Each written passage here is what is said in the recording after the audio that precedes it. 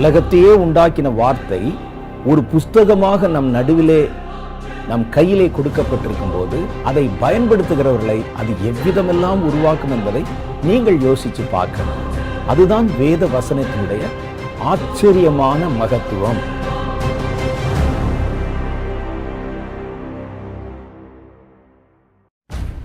இயேசுவின் தொனி ஊழியங்களிலிருந்து புதிய புத்தகங்கள் வெளிவந்திருக்கிறது. தீர்க்கதரிசி வின்சென்ட் செல்வகுமார் அவர்களுக்கு தேவன் வெளிப்படுத்தின ரகசியங்களை தொகுத்து ஜெபிக்கப்பட வேண்டிய தீர்க்க தரிசனங்கள் என்கிற தலைப்பில் தமிழிலும், prophecies that are to be prayed என்கிற தலைப்பில் ஆங்கிலத்திலும் வெளியிட்டிருக்கிறோம்.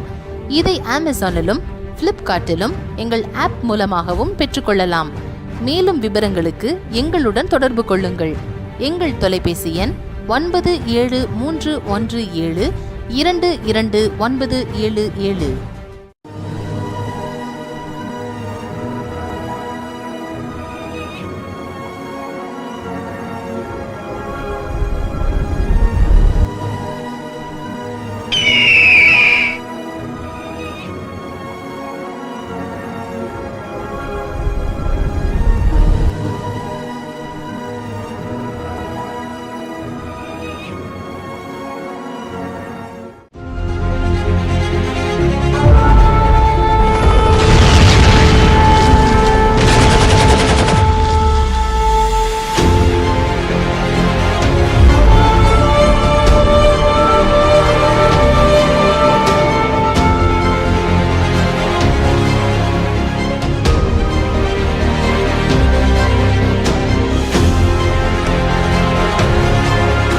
கர்த்தருடைய நியாய தீர்ப்புகள் இருக்குல்ல, அது என்னென்ன வரிசையிலே நடக்கிறது, அதுக்கு பிறகு வருகிற ஒவ்வொரு எக்காலத்திலும் வருகிற பயங்கரங்கள் எல்லாம் தேவனால் வரவிடப்படுகிற பயங்கரங்கள், பூமியில நடக்கிற பயங்கரங்கள் தான் பட்டியல் போட்டு காட்டப்படுகிறது.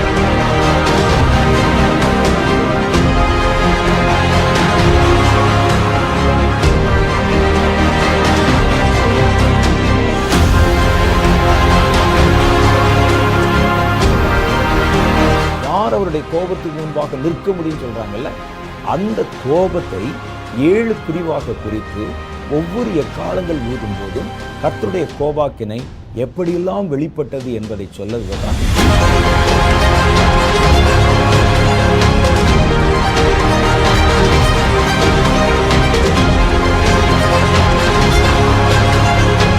காலங்களுடைய ரகசியம் மிக பெரியது. அதை இனி வருகிற ஒவ்வொரு நிகழ்ச்சிகளிலும் கொஞ்சம் கொஞ்சமா நம்ம ஆழமா பார்க்கணும்.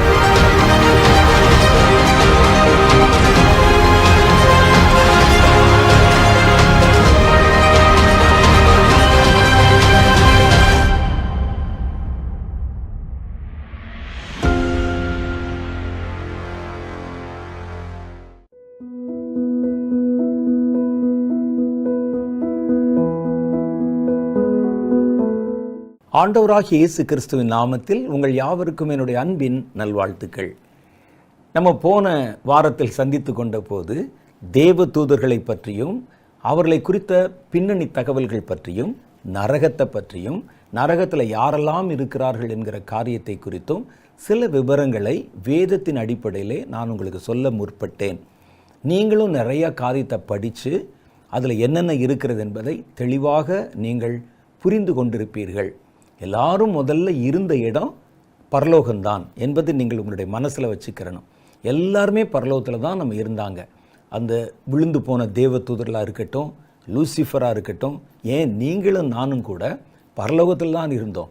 ஒருவேளை நீங்கள் சொல்லுவீங்க, என்னங்க இப்படி சொல்கிறீங்க, கர்த்தர் நம்மை பூமியில் இருக்கிற மண்ணிலிருந்து தானே எடுத்து நம்மை மனிதனாக படைத்தார், நம்ம எங்கே பரலோகத்தில் இருந்தோன்னு கேட்பீங்க. மண்ணில் படைச்சது வெறும் அந்த கவரு, டப்பா, நம்ம சரீரம். ஆனால் உங்களுக்கு உள்ள இருக்கிற நீங்கள் என்று சொல்லுகிற அந்த ஆழ்த்துவம் இருக்கு பாருங்க, நீங்கள் பரலோகத்தை விட விசேஷமான இடத்துல இருந்தவங்க. எங்க தெரியுமா? கர்த்தருடைய சரீரத்துக்குள்ள, கர்த்தருடைய சுவாசத்துக்குள்ளே இருந்தவர்கள் நீங்கள். அந்த சுவாசம் கர்த்தர் பரலோகத்தில் இருந்தபோது அதுவும் கூட பரலோகத்தில் தான் இருந்தது. உங்கள் சரீரம்தான் பூமியிலிருந்து பெறப்பட்டது. அப்போ எல்லாருடைய பிறப்பிடமுமே பரலோகம்தான். பரலோக வாசிகள் தான், பரலோகத்தில் இருக்கிறவங்க தான். அது சாத்தானாக இருந்தாலும் சரி, விழுந்து போன தேவ தூதர்களாக இருந்தாலும் சரி, மனிதர்களாக இருந்தாலும் சரி, கேரூப் சேராபின் என்பவர்களாக இருந்தாலும் சரி, யாரை எடுத்தாலும் எல்லாருடைய பூர்வோத்திரம் பரலோகம்தான். மனிதர்களும் கூட பரலோகம்தான். நான் ஏற்கனவே சொன்ன மாதிரி மனிதர்கள் பரலோகத்திலையும் கூட கர்த்தருடைய சுவாச பையில் இருந்தாங்க. அதிலிருந்து வெளிவந்தவர்கள் தான் மனிதர்கள் என்று நம்ம அழைக்கப்படுகிறோம். அப்போ நம்முடைய அந்த பூர்வ இடத்தை நீங்கள் பார்த்தீங்கன்னா பரலோகம் என்று வருகிறது. அப்போ இந்த பரலோகத்தில் இருந்தவங்க தங்களுடைய மீறுதல்களுக்கு ஏற்றபடி அல்லது தங்களுடைய நிலைமை மாறுகிறதுக்கு ஏற்றபடி வெவ்வேறு இடங்களில் கொண்டு வந்து வைக்கப்பட்டாங்க. முதல்ல பாருங்கள், சாத்தான் மேட்டு மீனால் விழுந்து அவன் தள்ளப்பட்டு போனான். அப்போ தள்ளப்பட்டவன் கொஞ்சம் கொஞ்சமாக தன்னை மாற்றிக்கொண்டு தன் அதிகாரத்தை பலப்படுத்தி கொண்டு வானத்தை பிடிச்சு, வானம் என்றால் பரலோகம் இருக்கிற வானம் அல்ல, பூமிக்கு அடுத்த ஒரு வானம். வானத்தில் 3 வானம் இருக்கிறது. நான் அதை பற்றி ஏற்கனவே உங்களுக்கு சொல்லியிருப்பேன். ஒன்று பூமி மண்டலத்துக்கு சொந்தமான வானம், அதுக்கு தாண்டி மத்திய வானம். மத்திய வானத்துக்குள்ளே போயிட்டீங்கன்னா பூமியினுடைய ஈர்ப்பு விசையோ காற்று மண்டலமோ எதுவுமே இருக்காது. அதுக்கு மேலே ஒரு வானம் இருக்கிறது. அந்த வானம்தான் கர்த்தருடைய ராஜ்யம் இருக்கிறது, கர்த்தருடைய ஆராதனை ஸ்தலம் இருக்கிறது. அப்போ இந்த பூமிக்குரிய வானம் என்ற இடத்துல தான் இந்த சாத்தான் தன்னுடைய சேனையை வைத்திருக்கிறான். சாத்தான் அங்கிருந்து ராஜா போல ஆளுமை செய்கிறான். மேலே இருந்து பார்த்து கீழே இருக்கிற பூமியை ஆளுமை செய்கிறாங்க. இந்த சர்வர்லாம் இப்போ தானே கண்டுபிடிச்சிருக்கிறோம். நம்ம வானத்தில் சர்வர் அனுப்பி அந்த சர்வர் மூலமாக பூமியில் இருக்கிறதெல்லாம் அப்படியே வந்து நகர்த்துவதற்கு. ஆனால் அந்த காலத்தில் நீங்கள் பார்த்தீங்கன்னா பூமியில் இருக்கிற ஆட்சி, பூமியில் இருக்கிற ஜனங்கள், பூமியில் இருக்கக்கூடிய அதிகாரிகள் இவைகளெல்லாம் பயன்படுத்துவதற்கு சாத்தான் வானத்தில் சர்வர் மாதிரி உட்கார்ந்துருக்கிறான். உள்ள இருந்து அங்கிருந்து தான் சட்டங்களை போடுவது, மனிதர்களை ராஜாக்களை இயக்குவது, ராஜாக்களை வந்து எழுப்புவது, தள்ளுவது, சண்டைக்கு போக வைக்கிறது, கெடுப்பது, எல்லா வேலையும் அந்த வானமண்டலத்திலிருந்து தான் அவன் செய்து கொண்டிருக்கிறான். அப்போ இந்த வானம், அதுக்கு பிறகு நம்ம பார்த்தோம்னா பூமி. அப்போ நான் ஏற்கனவே சொன்ன மாதிரி அது யாராக இருந்தாலும், சாத்தானாக இருந்தாலும், மனிதனாக இருந்தாலும், விழுந்து போன தேவதூதர்களாக இருந்தாலும், இன்றைக்கி கர்த்தரோடு கூட இருக்கிற பிரதான தேவதூதர்கள் தூதர்களாக இருந்தாலும் எல்லாம் கர்த்தரிடத்திலிருந்து பரலோகத்திலிருந்து பிறந்து வந்தவங்க தான். அதை தாண்டி வேறு எதுவுமே இல்லை. அப்போ கர்த்தர் தாம் ஒருவரும் உண்டாக்காமலே அவர் உருவானவர். ஆனால் நம்மெல்லாம் உண்டாக்கப்பட்டு அதுக்கு பிறகு உருவாக்கப்பட்டவர்கள். அதனால தான் கர்த்தர் தான், மனுஷன்தான், தூதன் தான், சாத்தான் தான். அப்போ யாருமே கர்த்தருடைய இடத்தை நெருங்கவும் முடியாது, கர்த்தருடைய இடத்தை நம்ம எடுத்துக்கொண்டு அந்த இடத்துல போய் உட்காரவும் முடியாது. நம்மெல்லாம் சிருஷ்டிக்கப்பட்டவர்கள். அவர் சிருஷ்டிகர் என்று கர்த்தருடைய வேதம் சொல்லுது.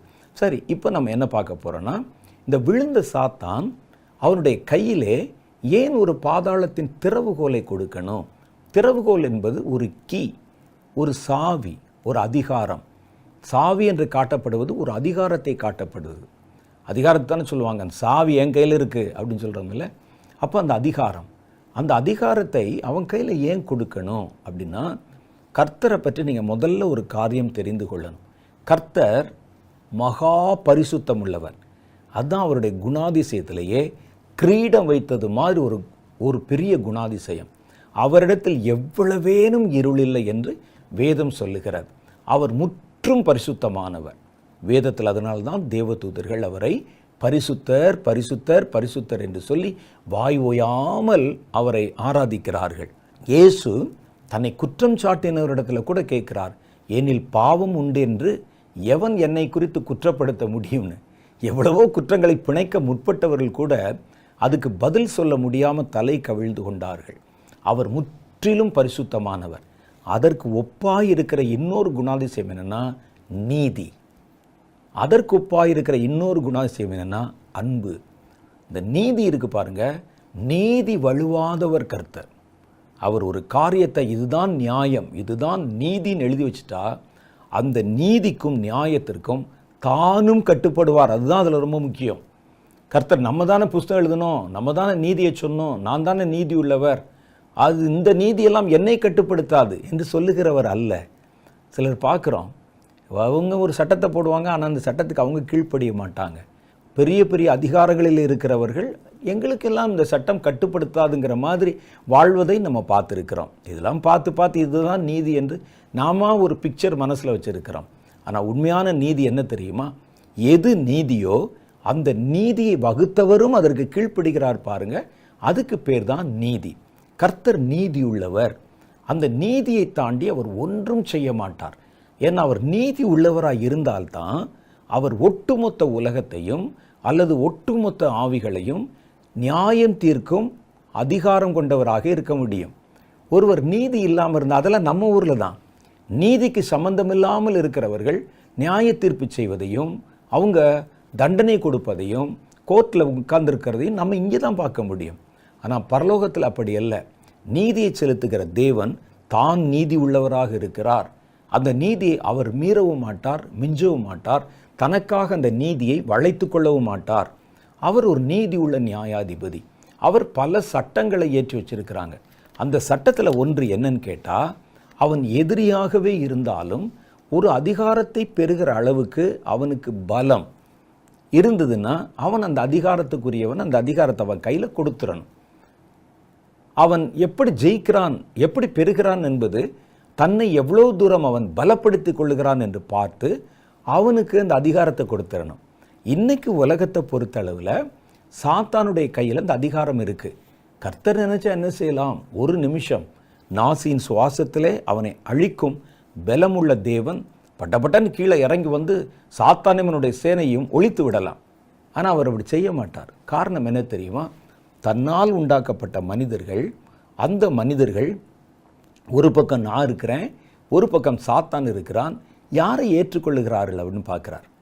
அப்போ திரளான ஜனங்கள் சாத்தானை ஏற்றுக்கொண்டு அவனுடைய கட்டுப்பாட்டில் இருக்கிறாங்க. அப்போ இந்த நியாயத்தை தாண்டி நம்ம அவனை சட்டுன்னு அழிச்சிட முடியாது. ஏனென்றால் அவன் ஜனங்களுடைய அபிமானத்தை பெற்றிருக்கிறான்.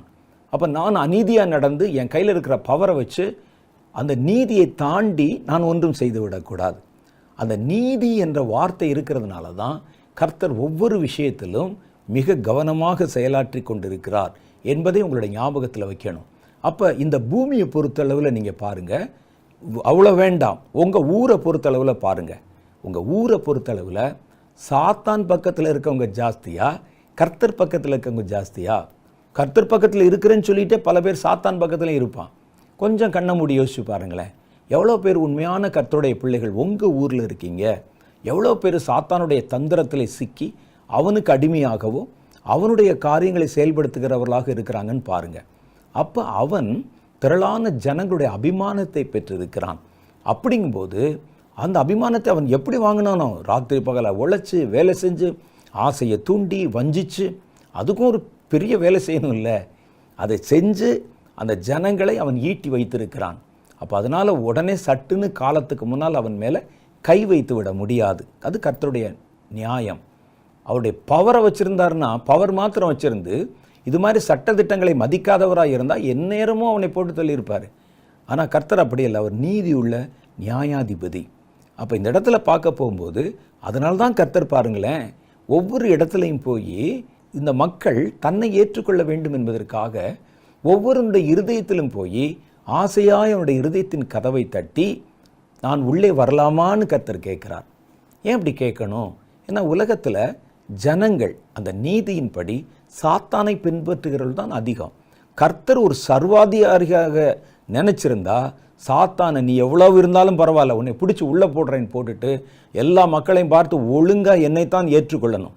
குடிக்கிற தண்ணி என்னுடையது, சுவாசிக்கிற காற்று என்னுடையது, இருக்கிற பூமி என்னுடையது, இல்லாட்ட அந்த இடத்த விட்டு வெளியே போ அப்படின்னு கர்த்தர் சொல்றதுக்கு ரொம்ப நேரம் ஆகாது. அவன் இருதயபூர்வமாக அவரை ஏற்றுக்கொள்ளணும். மிரட்டுதலுக்கு பயந்துலாம் ஏற்றுக்கொள்ளக்கூடாது. அப்போ இந்த நியாயத்தை கர்த்தர் கொண்டிருக்கிறதுனால அந்த நியாயத்தை அவர் எவ்வளவு நியாயம் உள்ளவர் என்பதை நீங்கள் சரியாய் விளங்கி கொண்டால்தான் சாத்தானுக்கு ஏன் அதிகாரம் கொடுக்கப்படுகிறது, சாத்தான் ஒரு பிராது வைக்கும் போது ஏன் அதை கர்த்தர் கவனிக்கிறார் என்பதையும் நீங்கள் உங்களுடைய சிந்தனையிலே கொள்ள முடியும். அப்படி இல்லாட்டா சாத்தான் கேட்குறாங்கிறக்காக எதுக்கு கொடுக்கணும்? பாருங்கள், நல்லா பாருங்கள், கர்த்தர் நீதி உள்ளவர், நியாயம் உள்ளவர். பூமியிலே மனிதர்கள் இன்னைக்கு கர்த்தர் தனக்கு கொடுத்த ஸ்தானத்தை இழந்து விட்டு தனக்கு கொடுத்த பூமியை தூக்கி சாத்தான் கையில் கொடுத்துட்டு இன்னைக்கு அவனுக்கு அடிமையாக அவர்கள் இருக்கிறாங்க, அவனை கொண்டாடுறாங்க. அவன் என்ன சொன்னாலும் கேட்குறாங்க. அடிச்சுக்கடான்னு சொன்னால் அடிச்சுக்கிறாங்க. நீங்கள் மணிப்பூரில் பார்த்தீங்கல்ல, எல்லாம் ஒன்று மண்ணா இருந்தவங்க தான். அவர் நடுவில் ஒரு சின்ன ஒரு காரியத்தை தூக்கி போட்ட உடனே 2 இனங்கள் பிரிந்து கொண்டு இன்னைக்கு கொலை, நெருப்பு வைக்கிறது, தீ வைக்கிறது, துரத்தப்படுவதுன்னு ஒன்று மண்ணா வாழ்ந்த ஒரு மாநிலத்தைச் சேர்ந்த மக்கள். அப்போ அவங்க என்ன செய்கிறாங்க பாருங்கள், சொன்னதை கேட்குறாங்கல்ல, அப்படி கீழ்ப்படுகிறாங்கல்ல. அப்படி கர்த்தர் எவ்வளவுதான் தன்னை காண்பித்து அன்பு காமிச்சாலும் இதெல்லாம் வேணான்னு தட்டிட்டு அந்த பாவத்தையும் ஆசையும் இச்சையும் பார்த்து ஓடுறாங்கல்ல. அப்போ கர்த்தர் என்ன செய்கிறார்னா, பூமியை கர்த்தர் மனிதனுக்கு கொடுத்து மனிதன் அதை தூக்கி சாத்தான் கையில் கொடுத்துட்டான். இப்போ கர்த்தர் பூமியில் ஒரு காரியத்தை செய்யணும். பூமியை கர்த்தர் மனிதனுக்கு கொடுத்ததுனால மனிதன் அந்த காரியத்தை குறித்து கர்த்தரிடத்துல பிராது பண்ணாட்டுனா, கர்த்தரிடத்துல ஒரு பெட்டிஷன் கொடுக்கலன்னா கர்த்தர் அந்த காரியத்தை செய்ய மாட்டார். ஏன்னா அப்படி செய்ய ஆரம்பித்தா சாத்தான் அவரை குற்றம் பிடித்து விடுவான். யாருமே கேட்கல, நீங்கள் எப்படி உள்ளே அவர்களுக்கு சமாதானத்தை கொடுக்கலாம், நல்லது கொடுக்கலாம், அவன் தான் ஒருவரும் கேட்கலையே, சும்மா இருக்கும்போது ஏன் கொடுக்குறீங்க என்று அவரை அநீதி உள்ளவர் என்று நிரூபித்து விடுவான். அதனால தான் ஆண்டவர் என்ன செய்கிறார்னா, மனிதர்களுக்கு ஒரு காரியம் தேவை என்று தெரிந்த போது அதை மனிதர்கள் உணராமல் இருக்கும்போது அதை அவங்களுக்கு சொல்கிறார்.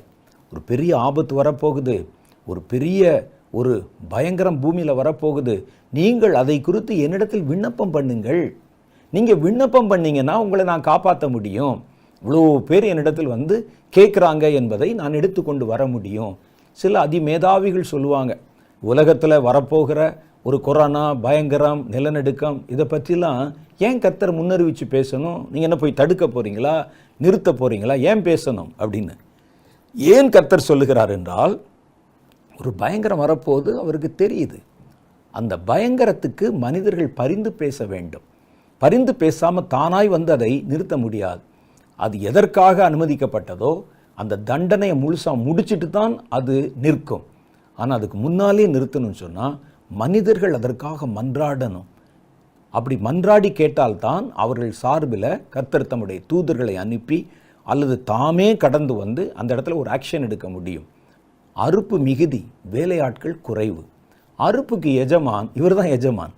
அறுப்புக்கு வேலையாட்களை அனுப்பும்படி அவரிடத்தில் வேண்டிக் கொள்ளுங்கள். ஒரு முரணான ஒரு ஸ்டேட்மெண்ட்டு. ஏன் சொல்கிறார் தெரியுமா? எனக்கு தெரியும் அறுப்பு மிகுதின்னு தெரியும், வேலையாட்கள் கொஞ்சோன்னு தெரியும், ஆனால் அதை நீ தெரிந்து கொண்டு என்னிடத்தில் சொன்னாதான் நான் வேலையாட்களை எழுப்ப முடியும். அதுதான் இந்த வசனத்துக்கு அர்த்தம். அப்போ நாம் அந்த காரியத்தை கேட்கணும். அதில் தான் கர்த்தர் நியாயமுள்ளவராக இருக்கிறார். அப்போ சாத்தான் ஒவ்வொரு நேரமும் கீழே விழத்தள்ளப்பட்ட போதும் பாருங்கள், சாத்தான முதல் காட்சியில் நம்ம எங்கே பார்க்குறோன்னா, ஏதேன் தோட்டத்தில் ஒரு மரத்தில் சுற்றி கொண்டிருக்கிற ஒரு சர்ப்பமாக பார்க்கிறோம். இடத்துல வேறு எந்த பவரும் இல்லை, எந்த அதிகாரமும் இல்லை. வேதம் சொல்லுகிறது சர்ப்பமானது எல்லா ஜீவன்களிலும் அதிக தந்திரமாக இருந்தது. அதுக்கு இருந்த ஒரே ஒரு காரியம் என்னென்னா கன்னிங், ஒரு தந்திரம். இந்த தந்திரத்தை வச்சு தான் அவன் தன்னை பலப்படுத்தி கொள்ள வேண்டும். அவன் என்ன செய்தான்? அவனுக்கு இருந்த ஒரே ஒரு ஆயுதமான தந்திரத்தை வச்சு மனிதர்களை வஞ்சித்து அவங்க கையில் கொடுத்த பூமியை தட்டி பறித்து கொண்டான். அது திறமை தானே. அதை பறித்து கொண்ட உடனே கர்த்தர் தம்முடைய நீதியின்படி நான் உனக்கு கொடுத்தேன், அதை அவனுக்கு நீ கொடுத்து விட்டாய். அவன் இவனை பலாத்காரம் பண்ணியெல்லாம் எடுக்கலை, அவனை சம்மதிக்க பண்ணி இணங்க பண்ணித்தானே எடுத்தான். அப்போ என்ன செய்யணும்? நியாயமாக இனி இந்த பூமி அங்கே தான் கொடுக்கணும். கர்த்தர் நீதி உள்ளவராக இல்லாமல் இருந்தால் என்ன செஞ்சிருப்பார்? அவன் கையில் போன உடனே ஒரு அடி போட்டு, உன்னைத்தான் நான் கட்டி மரத்தில் கட்டி வச்சிருக்கிறேனே, என் பிள்ளைகள் கையில் ஆதாம் கையில் கொடுத்ததை நீ வஞ்சித்தா எடுத்துக்கொள்ளுகிறாய் அப்படின்னு சொல்லி அதை வாங்கி மறுபடியும் ஆதாம் கையில் கொடுத்துருப்பார். அவர் கொடுக்கலை. ஏன் தெரியுமா? ஆதாம் தெரிந்து தான் அதை கொடுத்தான். பாவம் செய்கிறவன் பாவத்துக்கு அடிமையாக இருக்கிறான். அவனை பலாத்காரம் பண்ணி அவன் கையில் இருக்கிறத எடுக்கலையே. அவர்களை இணங்க பண்ணி ஆசையை காமிச்சு சம்மதிக்க பண்ணி அதுக்கு பிறகுதான் அந்த பூமியை தன்னுடைய கட்டுப்பாட்டில் கொண்டு வருகிறான். அதே மாதிரி சாத்தான், இப்போ பார்த்தீங்கன்னா சாத்தான் ஒரு மரத்தில் கட்டப்பட்டிருந்த சாத்தான் தன்னை பலப்படுத்தி கொண்டான். இது மாதிரி சாத்தான் ஒவ்வொரு முறை தன்னை பலப்படுத்தி கொள்ளும் பொழுதும் ஒவ்வொரு அதிகாரங்களை பெற்றுக்கொள்ளுகிறான். அந்த அதிகாரங்களை பெறுவதற்காகத்தான் சாத்தான் தன்னை பலப்படுத்தி கொள்ளுகிறான். அப்படி பலப்படுத்த இப்போ பார்த்தீங்கன்னா எனக்கு இந்த பவர் வந்துருச்சு, எனக்கு இது வேணும், எனக்கு இந்த அதிகாரத்தை கொடுக்கணும். அப்படி ஒவ்வொரு காரியத்தையும் அவன் பெற்றுக்கொள்ளும் ஆற்றல் உள்ளவனாக மாறிவிடுகிறான். சாத்தான் அதிகாரங்களை அவன் அடையத்தக்கதாக தன்னை பலப்படுத்தி கொள்ளும் தருணங்களில் எல்லாம் அவன் சில அதிகாரங்களை பெற்றுக்கொள்வது உண்மை. அப்போ சாத்தான் எப்படியெல்லாம் தன்னை பலப்படுத்தி கொள்வான் அப்படின்னா, நாம் நம்மை பலப்படுத்தி கொள்வது பல விஷயம் வச்சுருக்கிறோம், நடக்கிறோம், ஓடுறோம், தவக்கிறோம், தாவுறோம். ஆனால் சாத்தான் தன்னை பலப்படுத்தி கொள்வது எதனால் தெரியுமா? எவ்வளவு மனிதர்கள் தனக்கு அடிமையாக வைத்திருக்கிறானோ அது அவனுடைய பலம். நீங்கள் தானே மனிதனை கொண்டாடினீங்க, நீங்கள் தானே மனிதர்களை அந்த என்னுடைய ஸ்தானத்தில் வந்து உருவாக்குனீங்க, மனிதர்களுக்கு தானே பார்த்து பார்த்து படைச்சிங்க. அந்த மனிதன் உம்மை விட்டு இந்த நான் போடுகிற அந்த ரொட்டி துண்டுக்காக நாய் போல என் காலில் வந்து நிற்கிறான் பாருங்க. அப்போ இதன் நிமித்தம் நான் பலவானாகி விடுகிறேன். இன்னைக்கு கூட உலகத்தில் அப்படி தான். ஒரு ஆள் மேலே எத்தனையோ குற்றம் இருக்கும், நமக்கே தெரியும், கேரக்டர் நல்லா இல்லைன்னு தெரியும்.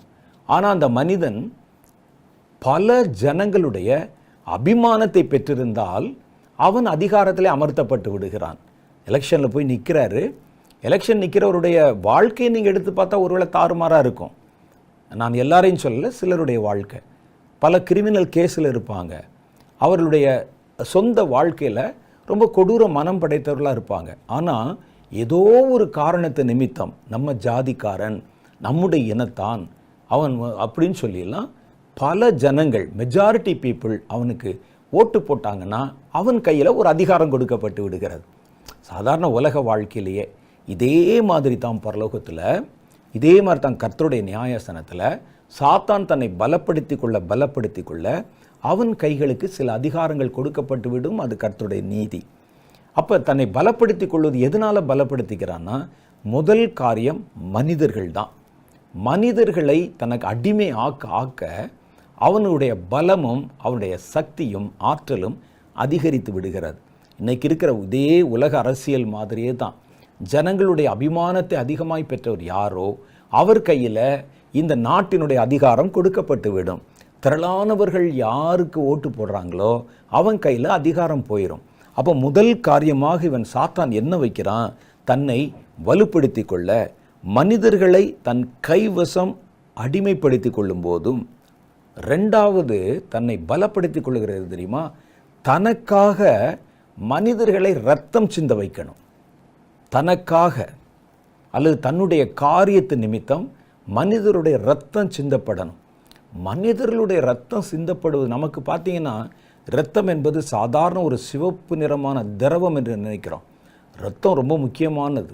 மனிதனுடைய ஜீவன் அவனுடைய இரத்தத்தில் இருக்கிறது என்று கர்த்தருடைய வேதம் சொல்லுது. இந்த ரத்தம் கீழே சிந்தப்பட்ட போது ஆபேலுடைய ரத்தம் கர்த்தரை நோக்கி முறையிட்டதாம், பேசினதாம்.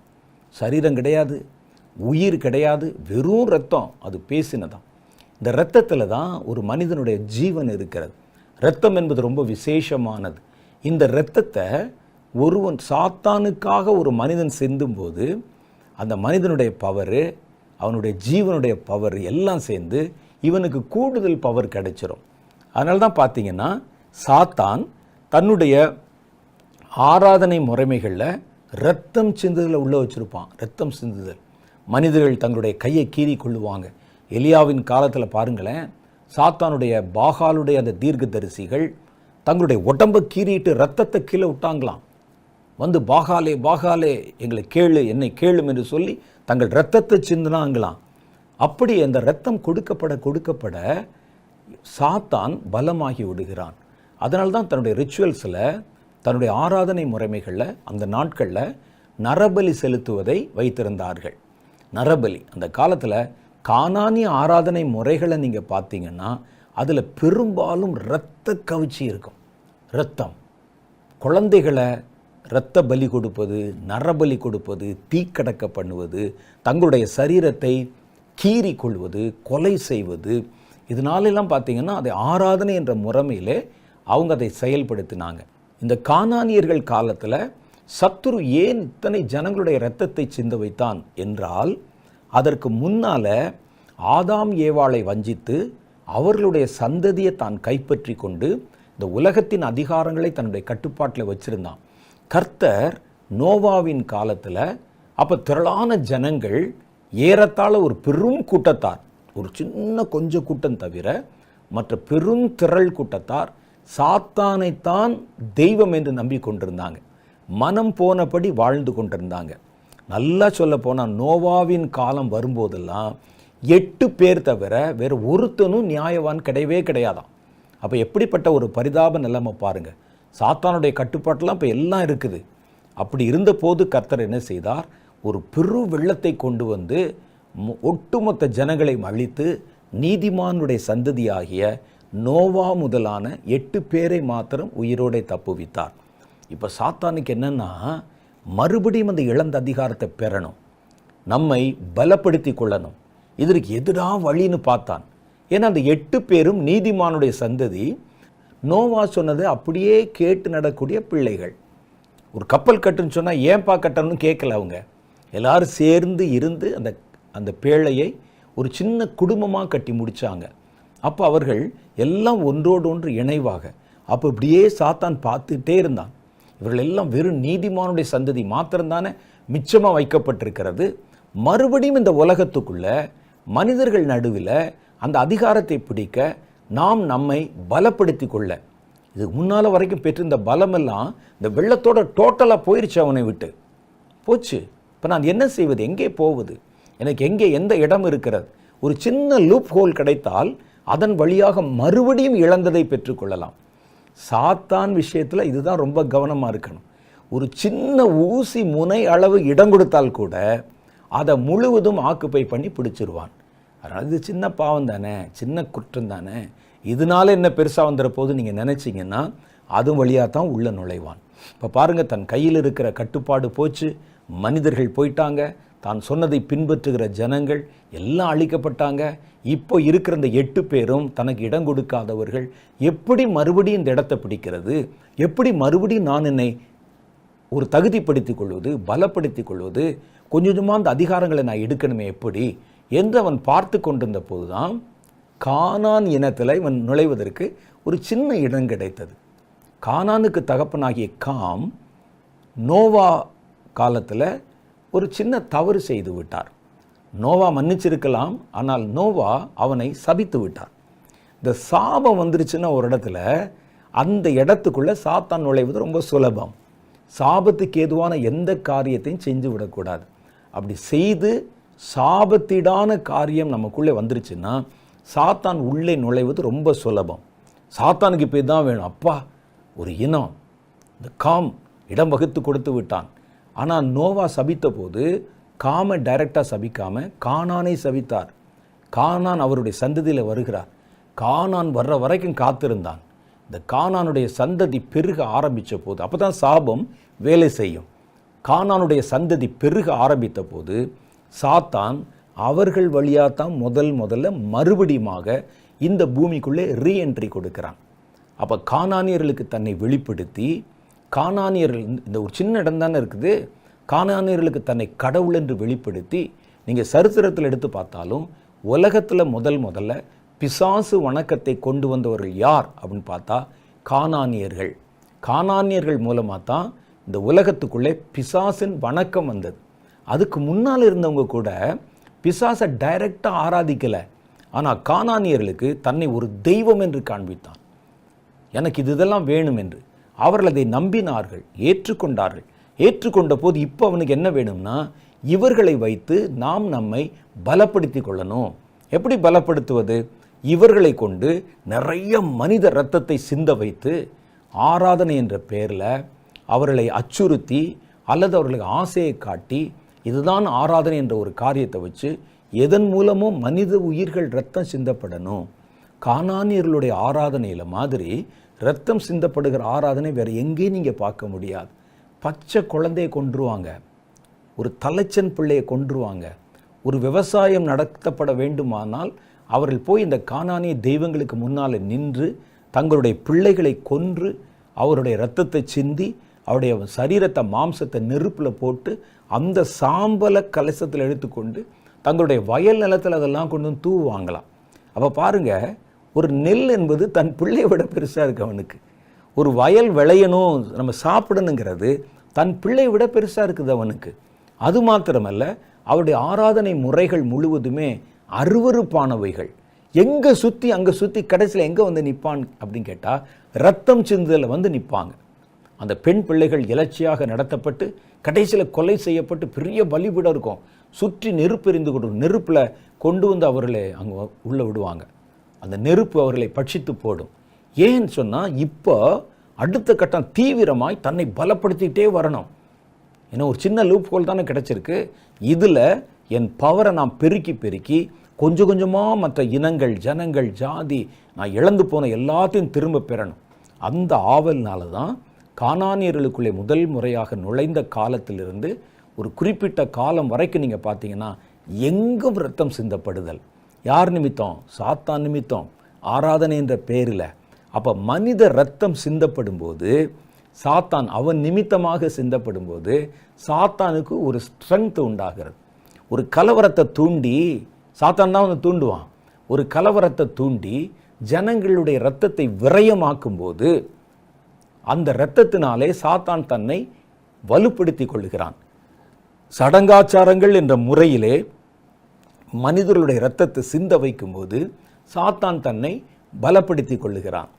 அப்போ இதெல்லாம் நம்ம பார்க்குறோம். சில இடத்துல பார்த்தீங்கன்னா ஒரு வீர விளையாட்டுன்னு சொல்லி ரத்தம் சிந்தப்படும். அதை கவர்மெண்ட் அங்கீகரிக்கும், மனிதர்கள் ஏற்றுக்கொள்ளுவாங்க, கை தட்டுவாங்க, எல்லாம் செய்வாங்க. மொத்தத்தில் ஒட்டு மொத்தத்தில் காரியத்தின் கடைத்தொகை என்னென்னா ரத்தம் சிந்தப்படணும். அப்படி ரத்தம் சிந்தப்பட்டால், சாத்தான் நிமித்தம் சிந்தப்பட்டால், அந்த இரத்தத்தினால சாத்தான் தன்னை வலுப்படுத்தி கொள்ள முடியும். இதன் மூலம் மனிதர், அடுத்து மூணாவது காரியம், மனிதர்கள் தன்னை வணங்க வேண்டும். ஒன்று தனக்கு அடிமையாக இருக்கணும். அடிமையாக இருக்கிறதுன்னா சாத்தான் கையில் நிறைய விஷயம் இருக்குது. அது எல்லாமே அடிமைப்படுத்தக்கூடிய விஷயங்கள். அவைகளை ஏற்றுக்கொள்வதன் மூலம் நீங்கள் அவனுக்கு அடிமையாக முடியும். ரெண்டாவது பார்த்தீங்கன்னா சாத்தானை கடவுள் என்று நம்பி நம்ம வணங்கணும். எவ்வளவுக்கு எவ்வளவு ஜனங்கள் வணங்குகிறார்களோ சாத்தானுடைய பவர் அவ்வளவுக்களவு அதிகமாய் பெறுகிறோம். சாத்தான் ஏனென்றால் மனிதர்களுடைய வணக்கத்தினாலே அவனுடைய பலம் அதிகரிக்கும். ஒரு பலத்தை ஏன் அதிகரித்துக் கொள்கிறான் என்றால், பலத்தை அதிகரிக்கும் போது தான் சில அதிகாரங்களை நம்ம பெற்றுக்கொள்ள முடியும். அவன் தன்னை பலப்படுத்தி கொள்ளும் சமயங்களில் எல்லாம் சில அதிகாரங்களை பெற்றுக்கொள்ளுகிறான். அதுதான் தேவனுடைய நீதி. பார்த்தீங்களா, எவ்வளோ பேர் கூட்டம் கூட்டமாக வர்றாங்க. நான் கேட்குறேன், எனக்கு இதெல்லாம் நீங்கள் செய்யணும், செய்கிறாங்க. அதை யோசிக்கவே மாட்டேங்கிறாங்க. என்ன கேட்டாலும் அதை அப்படி செய்து விடுகிற. பிள்ளையை கூட நான் கூட கொடுத்துறானே. ஒரு ஆராதனை என்ற இடத்துல நடையாக நடந்துவான்னு சொன்னால் நடந்து வந்துடுறானே. என்ன செய்ய சொன்னாலும் செய்கிறார்களே. பார்த்தீரா, எவ்வளவு ஜனங்கள், எவ்வளவு கூட்டம், எவ்வளவு ஜனங்கள் வந்து பக்தி பரவசமாக என்னை கொண்டாடுகிறார்கள். எனக்கு இந்த அதிகாரம் வேணும். இவர்கள் அவ்வளோ பேர் நான் பிடிச்சிட்டேன்ல, என்னுடைய ஸ்ட்ரென்த் எவ்வளோன்னு பாரும். அதுதான். அதனால தான் சாத்தான் இந்த காரியத்தில் ஜெயித்து கொண்டு போவது போல தெரிகிறது நமக்கு. அப்படி வரும்போது சில அதிகாரங்கள் அவனுடைய கையிலே கட்டுப்பாட்டிலே கொண்டு வருகிறது. உலகத்தை ஆண்டு கொள்ளும் அதிகாரத்தை பெற்றுக்கொண்டு ஆதாமை வஞ்சித்த போது தான் சாத்தானுக்கு இந்த உலகத்தின் மேல் அதிகாரம் கிடைத்தது. முதல்ல பார்த்தீங்களா, வஞ்சித்து மனிதனை அடிமைப்படுத்தும் போது தான் சாத்தானுக்கு அதிகாரம் கிடைக்கிறது.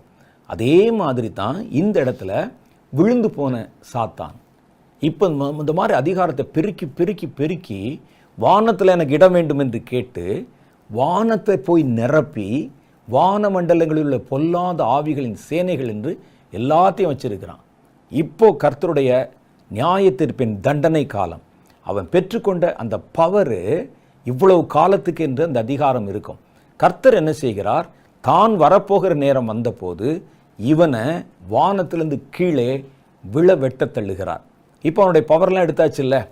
ஏன்னா கர்த்தர் சொல்லியிருக்கிறாரு, நான் உனக்கு அதிகாரம் கொடுக்குறேன். ஒரு கண்டிஷனோட தான் கொடுப்பாங்க. நீ சொல்கிறது உண்மைதான், உலகத்தை வஞ்சித்து வைத்திருக்கிறாய், மனிதர்களை என்ன வேணும், வானத்தில் எனக்கு ஒரு இடம் வேணும், பூமிக்கு அடுத்த வானத்தில் நாங்கள் போய் நிற்கணும். சரி நில்லு. எது வரைக்கும்னா நான் திரும்பி வந்து அங்கே நிற்கிற வரைக்கும், அது வரைக்கும் நீ அங்கே இருக்கலாம் என்று அனுமதி கொடுத்துருப்பாங்க.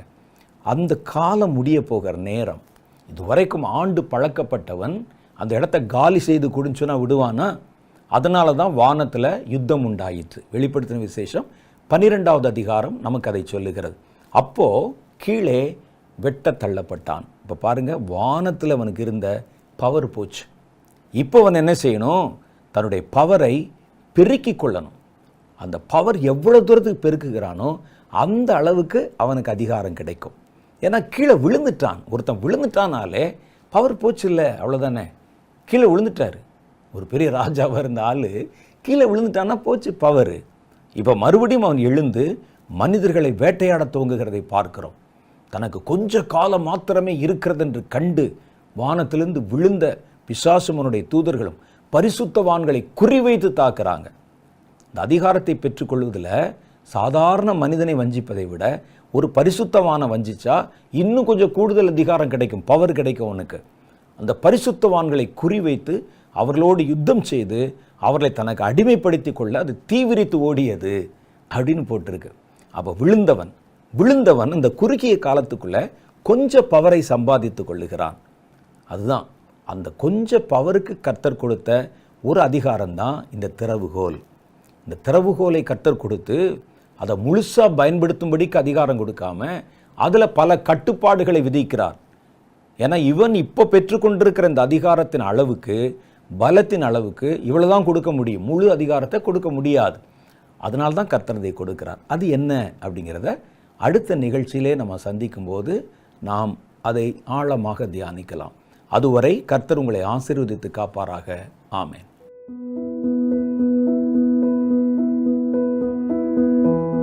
விழுந்தது சாத்தான், பெற்றுக்கொண்டது ஒரு திறவுகோல்.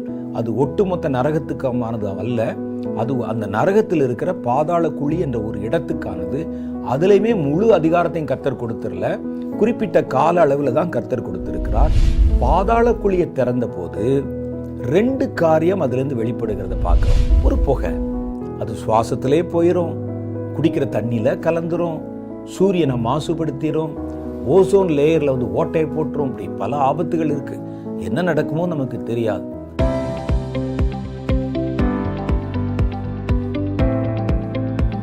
சகோதரர் வின்சென்ட் செலுக்குமார் அவர்களுடைய செய்திகளை தொடர்ந்து கேட்கவும் பார்க்கவும் சகோதரர் வின்சென்ட் செலுக்குமார் அவர்களின் யூடியூப் சேனலை சப்ஸ்கிரைப் செய்து கொண்டு பெல் ஐகானை கிளிக் செய்து கொள்ளுங்கள்.